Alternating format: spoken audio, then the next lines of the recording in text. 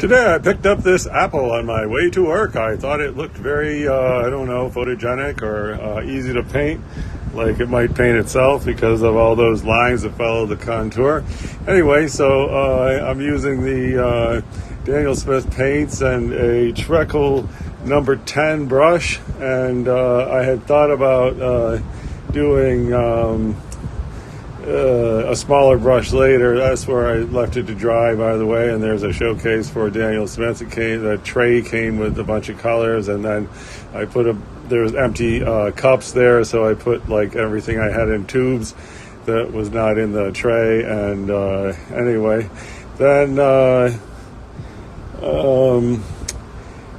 trying too hard probably here, I don't know. So since I didn't paint anything yesterday, I thought, oh, this better be half decent at least.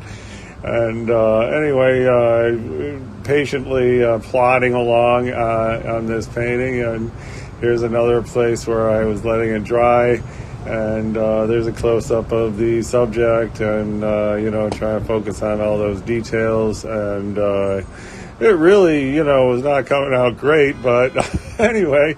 Oh, and then that red right there, my God, that was looking so bad. I tried to blot it up a little bit because it was too conspicuous. Worked on the shadow a little more. There goes a big stem, and, usually the stem should be a riveting focus area, but we missed that boat today. Anyway, almost done here, and another apple try. Lots of fun.